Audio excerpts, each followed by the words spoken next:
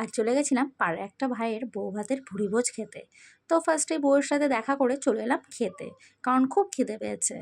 তো দেখি এসে তো বেশ ভিড় আছে, টেবিল সব বুক। তারপর যাই হোক আমরা একটু ওয়েট করে চলে এলাম, আমরাও একটা টেবিল পেয়ে গেলাম, বসে গেলাম। ফার্স্টেই মেনু কার্ডটা একটু দেখে নিলে, তারপর দিয়ে দিল স্যালাড, দিয়ে দিল এগ টেবিল। আমি তো এগ টেবিল এতটাই ভালোবাসি, দুটো চেয়ে নিলাম। দারুণ লাগছিল কিন্তু খেতে, গরম গরম একদম এগ টেবিলটা ছিল, একটু সস মাখিয়ে সঙ্গে একটু স্যালাড দিয়ে খাচ্ছিলাম, জাস্ট দারুণ। তারপর দিয়ে গেল রাধা পল্লবী। রাধা পল্লবীর সাথে দিয়ে গেল বাটার পনির। এত ফাস্ট দিচ্ছিল, খেয়ে উঠতে পারছিলাম না, তার আগেই দিয়ে চলে যাচ্ছিল। তারপর দিয়ে গেল ফ্রাইড রাইস। ফ্রাইড রাইসের সাথে দিয়েছিল চিলি চিকেন। চিলি চিকেনটাও কিন্তু বেশ ভালো লাগছিলো, ফ্রাইড রাইস দিয়ে পনির দিয়ে আমি তো সব কিছু দিয়ে চিলি চিকেন দিয়ে একসাথে মাখিয়ে মুখিয়ে খাচ্ছিলাম। তারপর দিয়ে দিল সাদা ভাত।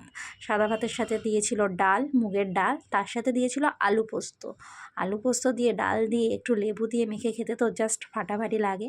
তো সেরকমভাবেই আর কি খাচ্ছিলাম।